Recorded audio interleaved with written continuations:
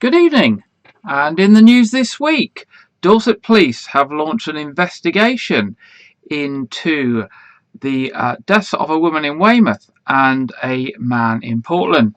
Dorset Police were called at 5:40 on Thursday, the 1st of April, by the ambulance service to a report of a woman that had been found injured at an address in Ranelagh Road, Weymouth.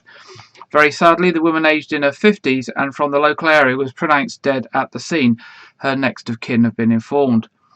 The woman's death is being treated as suspicious, and an investigation is underway to establish the full circumstances surrounding her death. As part of the inquiry, at around 6:40 on the same day, police officers attended an address at Grove Road on Portland and located the body of a man aged in his 50s. The death is being treated as unexplained, and an investigation is underway. His family has also been informed. The man and the woman were known to each other. A cordon has been put in place at both addresses while officers carried out inquiries at the scene. Detective Inspector Wayne Seymour of the Major Crime Investigation Team said a detailed investigation is underway looking into the circumstances of both deaths, which are currently being treated as linked. The families of both the woman and the man are being supported by specially trained officers. I would urge anyone who witnessed or heard anything suspicious in the area of either Ranelagh Road or Grove Road during the afternoon of Thursday the 1st of April, that's this last Thursday gone, to please contact Dorset Police. Weymouth Town Council is encouraging nominations from potential candidates for 2 councillor vacancies. A by-election will take place on Thursday the 6th of May if there are 2 or more nominations for each vacancy. The vacancies are for the Preston ward and the WykeRegis ward. No specific qualifications or experience are required, and most residents can be nominated as candidates if they have a passion for local issues and want to make a difference in their community. Potential candidates can now be nominated. The closing date is 4 o'clock on Thursday the 8th of April, so that's this coming Thursday. You can find the nomination form and more information about running as a candidate on the Electoral Commission website. As you know, we have been speaking to those who have already declared their intent to stand, and we have the third in the series of those interviews later in tonight's programme. And of course, if anybody else stands after Thursday, well, we will want to speak to them as well. Back to another story from Dorset Police. Officers from Dorset Police who have been investigating reports of suspicious behaviour involving a man in Dorchester are appealing for anyone with information to come forward. The activity was first reported on Monday the 15th of March that a man had been approaching female staff from Dorset County Hospital outside the hospital in the area of Bridport Road, and this was happening between the hours of around 12 p.m. and 2:30 p.m. and he was making inappropriate comments. At least 5 members of staff have now reportedly been approached. There were no reports of any threats being made or attempted physical contact. The man is described as white, aged in his 30s, and of medium build with short brown hair that is described as receding and wispy. He is reported to have been wearing jeans, a white vest, green padded gilet and Wellington boots, and on another occasion was said to be wearing a dark coloured jacket that was possibly leather. If you've got any information, please contact Dorset Police on all the usual numbers, and we'll give you those numbers later on in that headline session tonight. Dorset Council are warning potential visitors to their household recycling centres this Easter to expect long delays, and are advising you to postpone your trip to the tip if possible. Social distancing measures will remain in place at all councils' 10 household recycling centres across the county, which reduce how many people can be allowed on site at any time. Coupled with the expected increase in visitor numbers over the Easter weekend, long waits to enter each site are expected. Council officers are therefore continuing to ask people to please store their waste safely at home until the public health safety restrictions at the household recycling centres are relaxed, if you can. If you cannot, then please consider delaying your visit until after the Easter break. And most importantly, just to update you that the centres have now moved to their summer opening times of 9 a.m. to 6 p.m. daily. Dorset County Museum is getting ready to open their new £16.1 million redeveloped museum. But they can't do it without a dedicated team of volunteers to support the museum staff. The new museum is bigger than ever before, and they are looking to increase the number of volunteers in the following visitor-facing roles: welcome desk, gallery stewards, visitor engagement, and library supervisor. Visitor Services Manager Gemma Hurlston said, "We have many exciting volunteering opportunities offering you a chance to join a fantastic group of people. All volunteers will have access to an extensive training package, and we are fully committed to supporting volunteer development and recognising their strengths and engaging their interests." If you would like more information about those roles and what's expected of them and an application form, just send an email in to volunteering@dorsetcountymuseum.org. That's volunteering@dorsetcountymuseum.org. This week, I'm sure you're affected by this.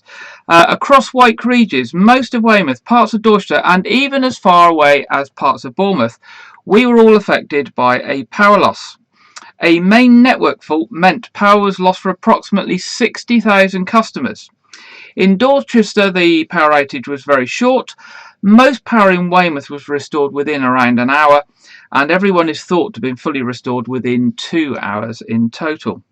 Scottish and Southern networks advised that widespread areas had been affected, including DT3, DT4 areas, parts of DT1 and DT2, and also sporadic loss. A number of properties in BH postcode area had also been affected.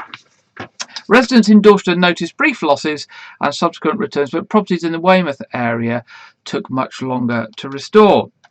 Motorists were advised to use caution on approaching junctions since traffic lights were out, and in fact I was on the road travelling between my home and Weymouth College at the time, and tackled those awful junctions of the old fire station junction by Asda and the Western Bridge junction with no lights working. That was fun. So much fun I decided to come home by a much longer route and safer junctions. Again, back to Dorset Police. Dorset Police are appealing for witnesses or anyone with information to come forward after a report of suspicious activity in WykeRegis. Between 8:25 a.m. and 8:30 a.m. on Friday the 26th of March, that's a week ago, an 11-year-old girl was walking on Portland Road towards the Ford's Corner roundabout when a black or dark-coloured saloon car pulled up alongside her. It is reported that the driver told the girl that she looked cold and asked if she wanted a lift. The victim said no, but the driver started to demand that she got in the car. As the man began to open the passenger door of the car, the girl ran off towards the roundabout. The man is described as white, aged in his late 20s or early 30s, and of slim build with short brown hair and blue eyes. He was wearing a black jogging bottoms and a dark grey hooded top. Police Constable Connor Lombardo of Weymouth Police said an investigation is underway into the incident to establish the full circumstances of what happened. I fully appreciate that this may cause concern within the community, but I would like to reassure members of the public that we are carrying out a number of inquiries, including checking CCTV in the area. I'm appealing to anyone who witnessed the incident or any motorists who were travelling along Portland Road and may have captured anything of relevance on dash cams to please get in touch. And as with all our other stories involving Dorset Police tonight, to get in touch with Dorset Police, give them a call on 101, which is the non-urgent number.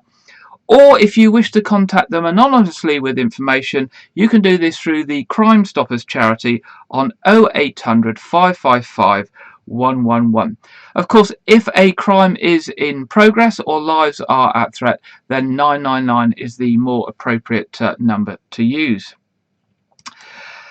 Although shielding for the extremely clinically vulnerable patients has ended on the 1st of April, Dorset residents can still ask for help if they need it. Residents in this category will receive a letter from the government, if they haven't already, advising them that they no longer need to shield. The letter also offers new guidance on how they can safely start to get back out and about. However, support from Dorset Council will remain in place for anyone who has been shielding and needs some extra help, as well as for anyone needing to self-isolate. Help with things like grocery shopping, travelling to vaccination appointments, or even dog walking can be requested online at www.dorsetcouncil.gov.uk/coronavirus, or by calling the Dorset Together helpline on 01305 221 000.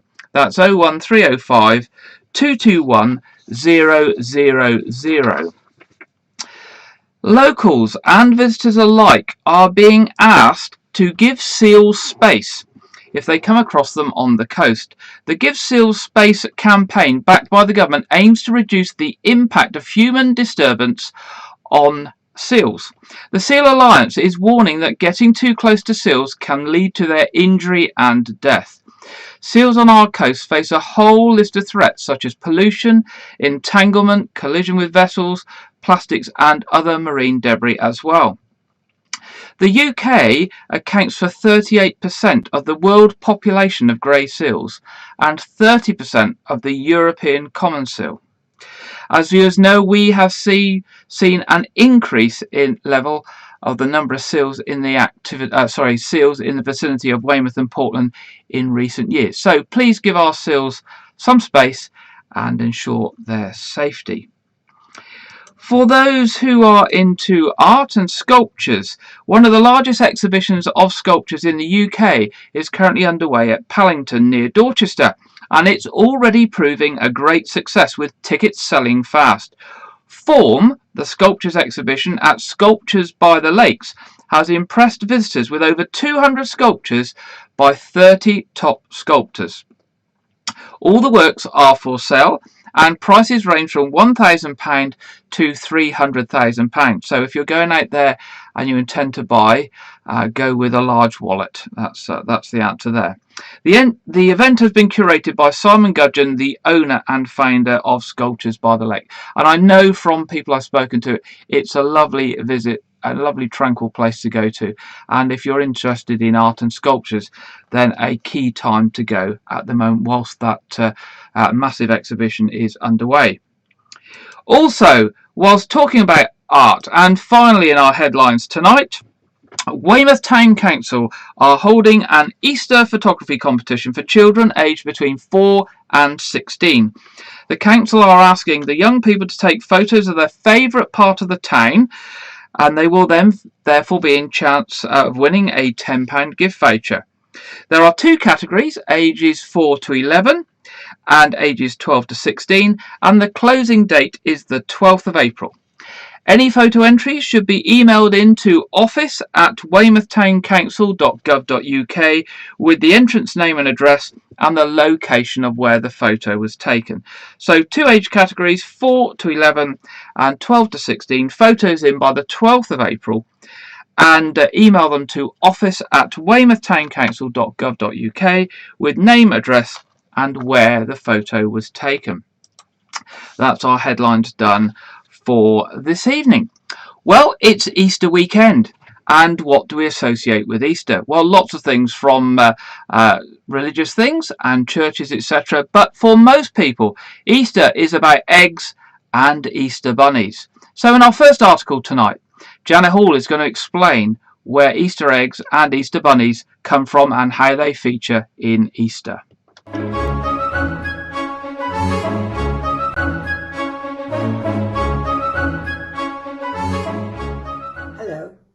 I expect, like me, you're looking forward to tomorrow, to have a veritable feast of Easter eggs. But have you ever wondered why? Why do we have Easter eggs at Easter? Many scholars believe that Easter had its origins as an early Anglo-Saxon festival that celebrated the goddess Easter and the coming of spring, in a sense a resurrection of nature after winter. Some Christian missionaries hoped that celebrating Christian holy days at the same time as pagan ones would encourage people to convert to Christianity, especially if some of the symbols carried over. Eggs were part of the celebration of Easter, and apparently eggs were eaten at the festival and also possibly buried in the ground to encourage fertility. As an egg is a symbol of new life, For Christians, Easter eggs are used as a symbol for the resurrection of Jesus. In the past, there were many more rules about fasting in Christian churches than there are today, and eating eggs was not allowed during the week leading up to Easter, or Holy Week. So any eggs laid that week were saved and decorated to make them Holy Week eggs, and they were then given to children as gifts. Victorians adapted the tradition with satin-covered cardboard eggs filled with Easter gifts. This has now developed into the tradition that many people enjoy today. Nowadays, of course, most eggs are made from chocolate and covered in coloured foil. But often people decorate their chicken's eggs for eating at breakfast on Easter Day. I remember my mother doing this. She would dye them by boiling them in cochineal and then draw faces on them. The first chocolate eggs appeared in France and Germany in the 19th century, but they were bitter and hard. As chocolate making techniques improved, hollow eggs, like the ones we have today, were developed. They very quickly became popular and remain a favourite tradition with chocolate lovers today. Traditional Easter egg hunts remain popular with both Christian and non-Christian children. I remember Easter egg hunts in the garden when I was a child, but I don't remember any reference to the Easter bunny. I knew who hid the Easter eggs. But Easter bunny must have been around then, because the story of the Easter bunny is thought to have become common in the 19th century, well before my time. Rabbits usually give birth to a big litter of babies called kittens, so they become a symbol of new life. Legend has it that the Easter bunny lays, decorates and hides eggs, as they are also a symbol of new life. So that's why some children enjoy Easter egg hunts and believe in the Easter bunny. But the Easter bunny doesn't do all the work alone. In Switzerland, Easter eggs are delivered by a cuckoo, and in parts of Germany by a fox. For me, the Easter bunny doesn't seem to come at all, but never mind. There's a shop round the corner where I can get an Easter egg. So I think I'll go and get one now, ready for tomorrow. Bye for now.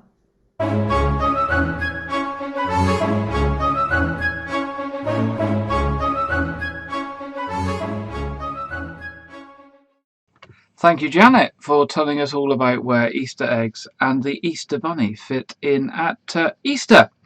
And if you're like me, you like a bit of chocolate, I'm sure you're looking forward to tomorrow. And hopefully you'll have those Easter eggs and the contents that you enjoy.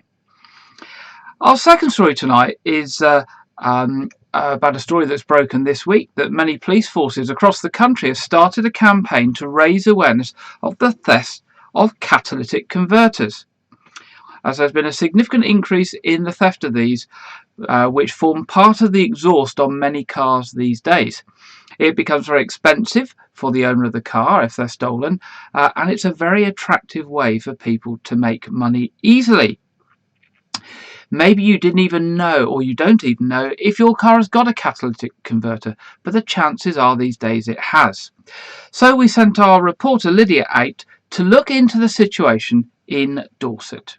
A spate of catalytic converter thefts have taken place in Dorset, with areas around Dorchester and Wareham currently targeted. Catalytic converters are part of a car's exhaust system, and they change harmful substances in a car's exhaust gases, such as carbon monoxide, nitric oxide and nitrogen dioxide, into less harmful substances like carbon dioxide and water vapor by means of chemical reactions. Precious metals like palladium, rhodium and platinum are commonly used in catalytic converters, and these have a high value that means they're worth salvaging and recycling when the car is scrapped. Unfortunately, these precious metals also make catalytic converters a target for thieves. Officers are now appealing for witnesses or anyone with information to come forward after a number of addresses in the area were targeted. Currently, thefts have occurred in Broadmain, Piddlehinton, Charminster and Wareham, but thieves could target cars anywhere in Dorset including Weymouth and Portland. Whilst thefts are commonly from high-value four-wheel drive vehicles that have high ground clearance or commercial vehicles, it is fairly easy to remove from smaller domestic cars if there is a gang with 2 or 3 thieves and a carjack.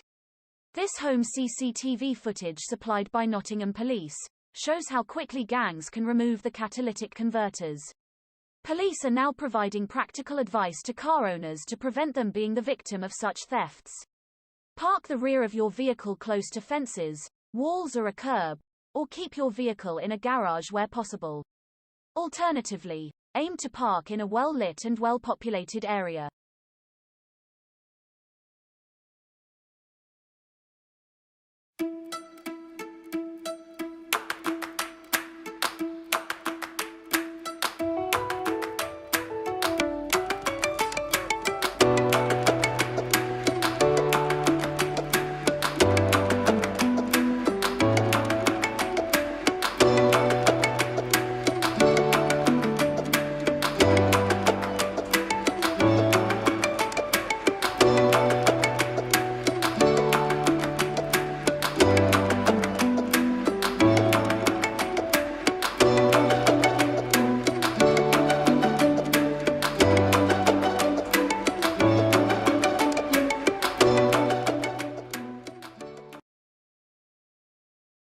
Stephen Armson-Smith from Essex Police tells us more about the crime and offers some practical advice.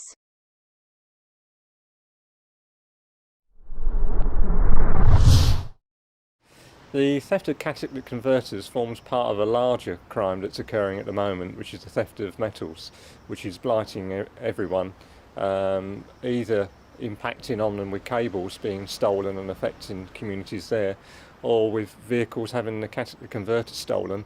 And not only is that stopping them using the car, but for businesses it means that that vehicle's off the road as well as the cost of the catalytic converter. The vehicles that are being targeted are those with high ground clearance. We're seeing a lot of four-wheel drives, motorhomes and commercial vans and vehicles where they can get underneath them. If the vehicle is a commercial vehicle, then if you can, wherever possible, park it within a compound. Or if you haven't got a compound that you can park it in, try and park vehicles next to those with high ground clearance that have got low ground clearance, so it makes it that much harder. For residential areas where we've been seeing an increasing number of them stolen, where possible, park your vehicle within sight of a residential property that's occupied, so it makes it that much harder for the thief to steal it unobserved. There's a number of things you can do to protect the catalytic converter. Marking is one of them. There's a company, www.retainergroup.com, that you can actually purchase a solution that you paint over a label onto the catalytic converter, and it then makes that catalytic converter identifiable property. Should that be recovered, then we're more likely to see a successful prosecution having an owner to the cat. Other things that are available are alarm systems and cages and guards that will fit over the catalytic converter. If you've been a victim or witness any suspicious activity in the area, please report this to Dorset Police. For more crime prevention advice, visit the Dorset Police website and look for vehicle crime. Anyone with information is asked to contact Dorset Police by calling 101. Alternatively, to stay 100% anonymous, contact the independent charity Crime Stoppers at crimestoppers-uk.org or call free phone 0800 555 111. There we go, and thank you, Lydia, for that. And the message is that these gangs are very organised, and they can be under a car, jack it up, cut off the catalytic converter, let the jack down, and be gone within 60 seconds. In fact, when I was looking at doing this article earlier this week, I saw another piece of footage where a car had its catalytic converter removed whilst the lady was unpacking her shopping next door. She didn't suspect anything. She thought people were working on the car to repair it. So if you see anything suspicious on vehicles at the side of the road being jacked up and people working on them and you're not too sure, then please do give Dorset Police a call, because you may well actually be catching somebody in the act. Moving on tonight, it's time for us to catch up with our intrepid virtual walkers, who, if you remember, last week we left them on their way back towards Weymouth and the end of their walk. So we go over to Janet and Jeff and see how they've got on and whether they've actually got back to Weymouth.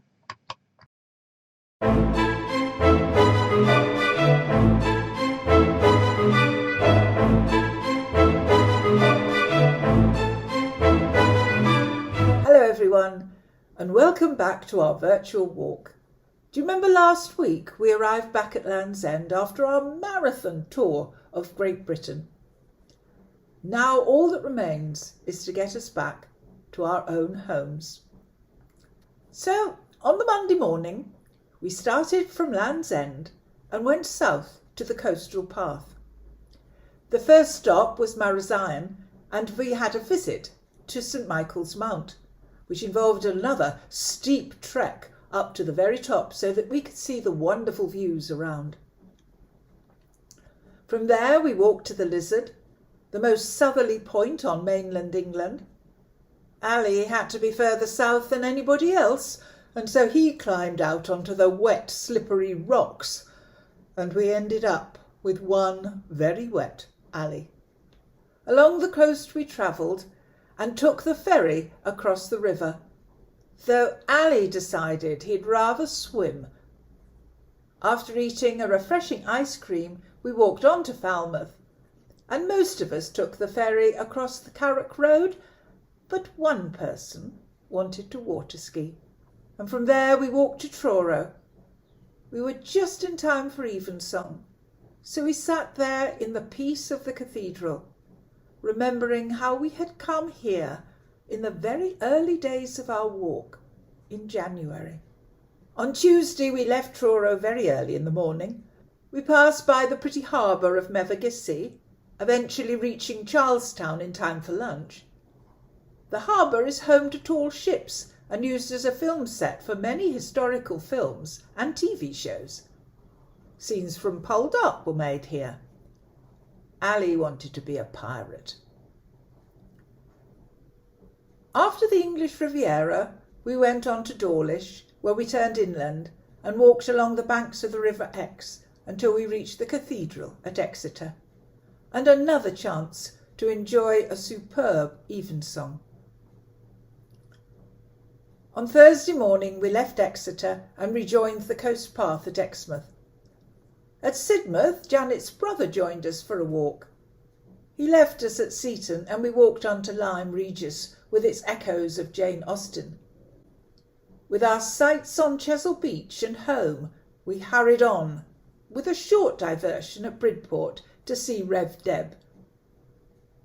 We stayed too long and only just made it to Abbotsbury in time for a trip up to St Catherine's Chapel before dark came down. On Friday morning, with a spring in our step, we headed for home, calling in at St Ed's and ending up at All Saints at 11 o'clock. And here's Jeff Rivers' report.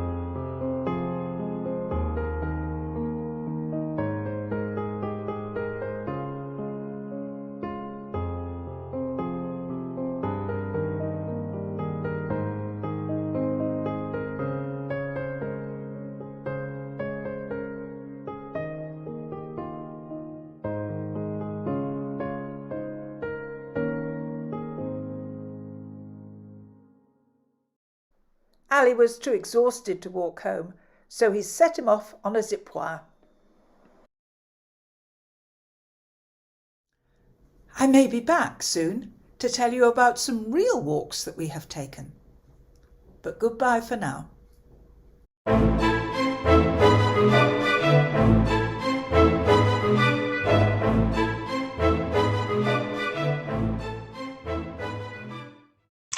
Thank you, Janet, and thank you, Jeff, as ever, for the graphics in those reports. And thank you for the last, I think it's 13 weeks, it may be 13 or 14 weeks, and all those interesting places that we've learnt about as you and the crowd have done their virtual walk from Land's End to John O'Groats and back via a rather longer route and eventually back to Weymouth. So thank you all very much. In our final main report this evening, I met earlier today with the third candidate standing in the local elections. As you know, in the previous weeks, I've already spoken to two of the candidates. And this week it was Becky Blake who is standing as the Labour candidate in the local elections for the WykeRegis ward on the 6th of May. Good evening, and we're here again with another of the candidates in the WykeRegis ward town council elections, and tonight we're joined by Becky Blake from the Labour Party. As you know, we've spoken to two other candidates so far, and Becky is the third in our series of candidates. So good evening, Becky. Thanks for coming along. Thank you. So a few questions for you. Why are you standing for the local elections? Well, I'm standing, Gary, because I think I've probably always going to stand for this ward. It's kind of in my blood. My mum was Brenda Dent. She was the local Wyke councillor for many years, and she was incredibly passionate about Wyke. She loved it, and she's also actually the reason I believe there are genuine politicians as well. There are those that aren't just in it for egos. They really do care about people. I'd see my mum come home and cry when she was trying to help sort somebody out.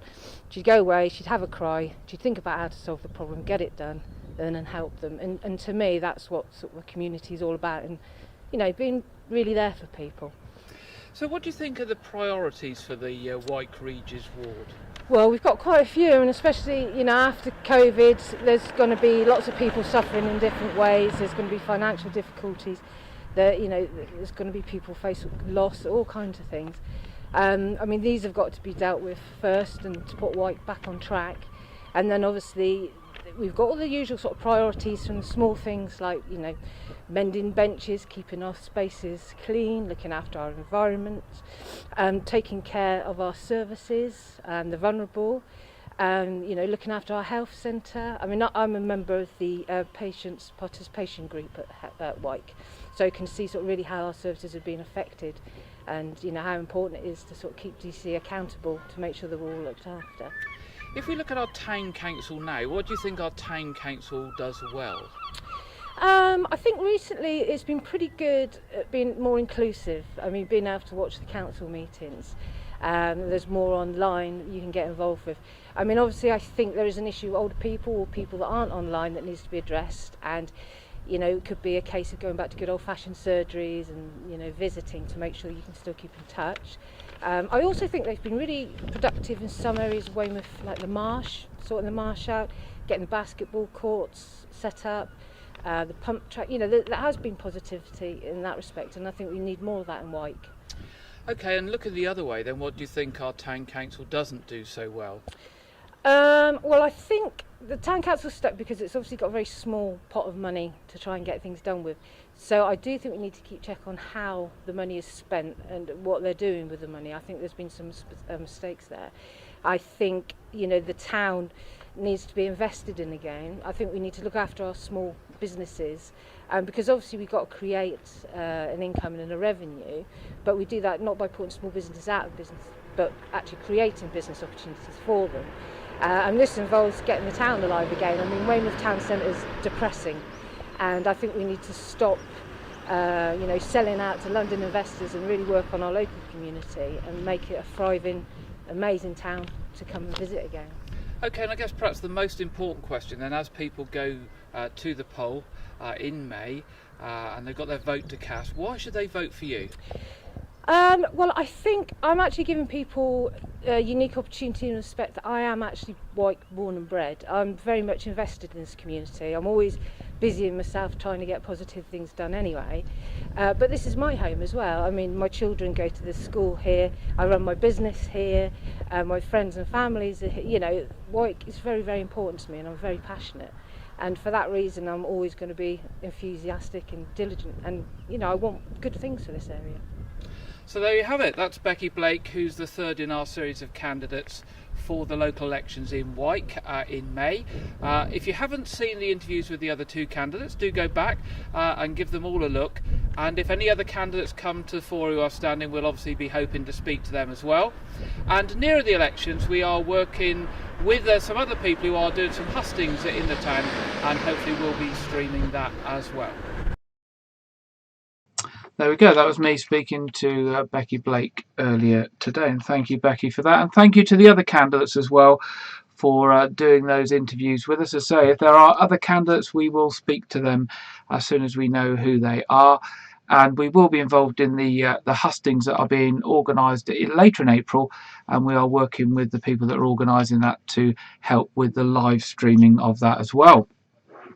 So now to that exciting part of the programme where we look at the weather for the weekend and the week ahead. And first of all, we've got the national forecast from the Met Office.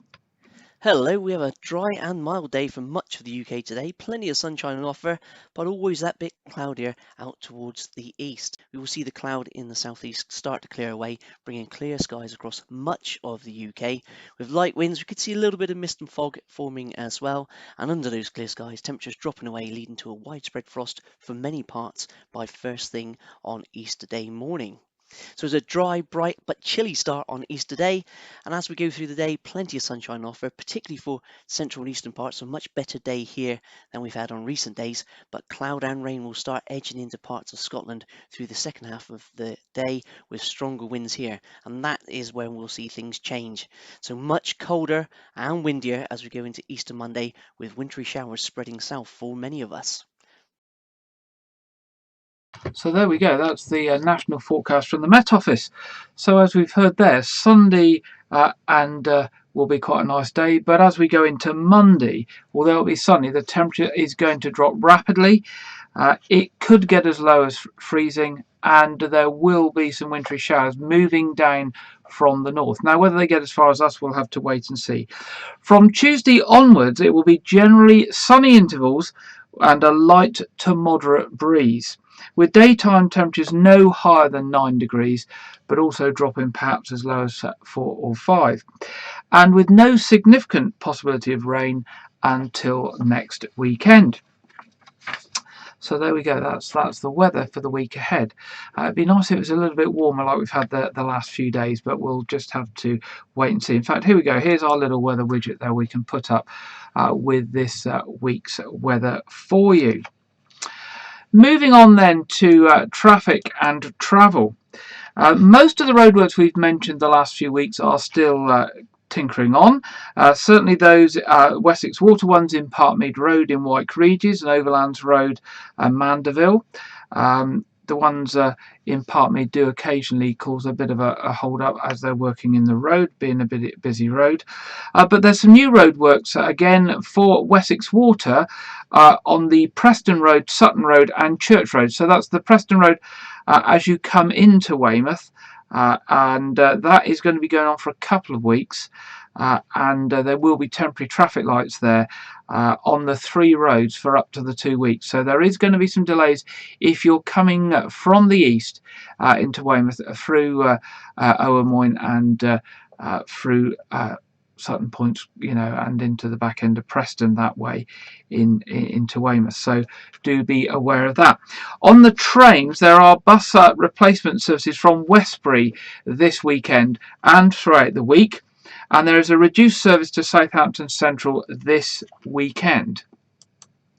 On the What's On, we mentioned very much in the last few weeks about the Knowth Fort being reopened. I was speaking to the Knowth Fort in the week, and they've asked me very much if I can continue to tell you that they will be opening on the 12th of April, and they will be having Easter activities from the 12th to the 18th of April, and the cafe and the museum shop will be open. There'll be an Easter egg hunt for the family, and including a unique golden egg, and counting the elusive Easter bunnies as well.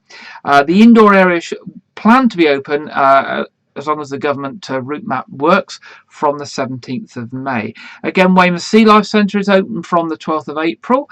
The outside areas, things like the Pirate Golf, the Humboldt Penguins, the Seals, the Otters, and the interactive rock pool.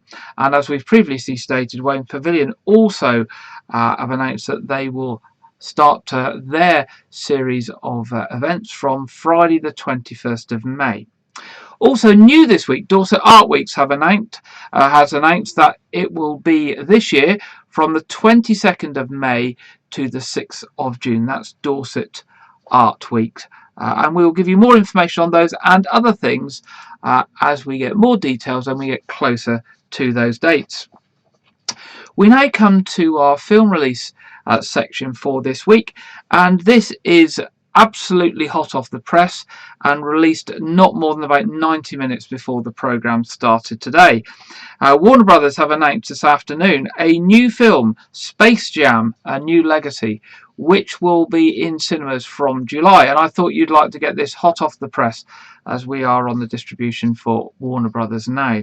NBA champion and global icon LeBron James goes on an epic adventure alongside timeless tune Bugs Bunny with the animated live-action event Space Jam: A New Legacy.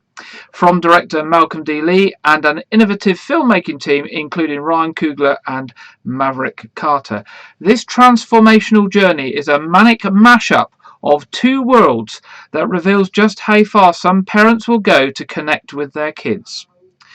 When LeBron and his young son Dom are trapped in a digital space by a rogue AI, I think that's what's an AI? I can't remember what that stands for, but it's one of those automatic thingy whatsits.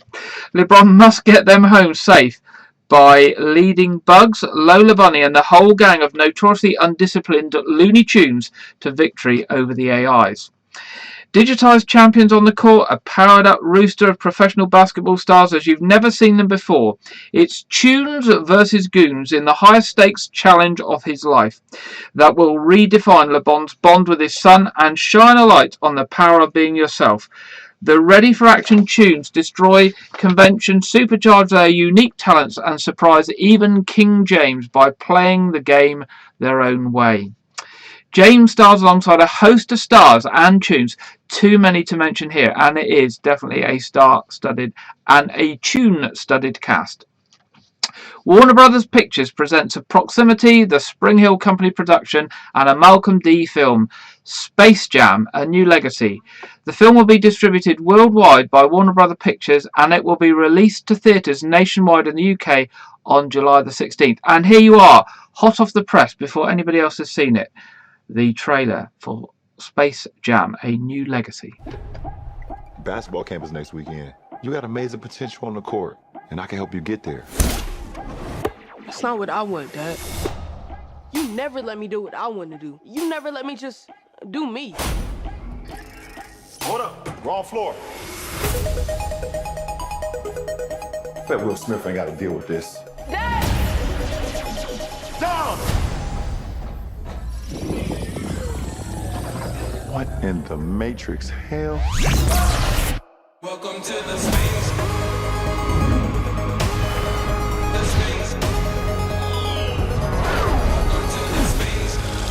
Welcome, King James. I am the king of this domain. This is the serververse. What'd you do to my son? Where's Dom? The only way you're getting your son back is if you and I play a little basketball. Pete, send this clown to the rejects. Wait.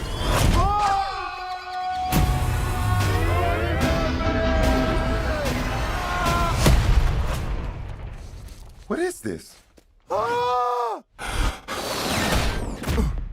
I'm a cartoon? What's up, Doc? Come on and ride, baby, ride! I need to assemble an elite team to help get my son back. I know what you're looking for. So shoot, baby, shoot! A dream team. Mom, shoot the ball. Let's try that again, shall we?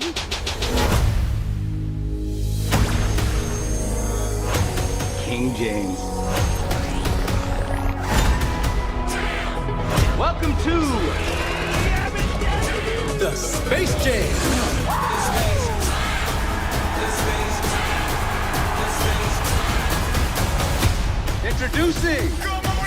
The Goon Squad!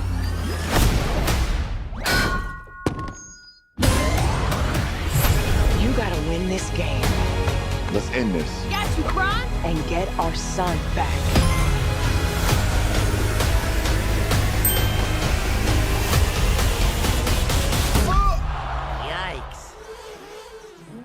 Yikes. Classic. Welcome to the Space Jam. I'm going old school on his butt.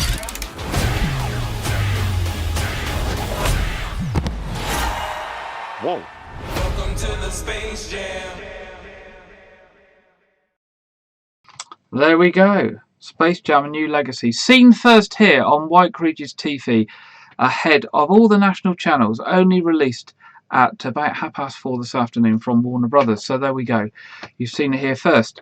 And we'll keep you posted on other movie releases as they come up. Of course, the AI, which I couldn't get my head around what AI was, is artificial intelligence. There we go. Something I'm lacking today. Okay, so just a reminder of what's coming up. Don't forget, tonight we have our quiz at 7:30, which will be most welcome to join. On Friday nights at 7, we have A Year in Gardening with Clive Gray, our now weekly gardening programme, looking at what's going on in the garden with projects, planting, and another P, and I can't remember the other P is, but there we go. It's a great gardening programme, very, very basic, and there that you can all follow what you should be doing at this time of year.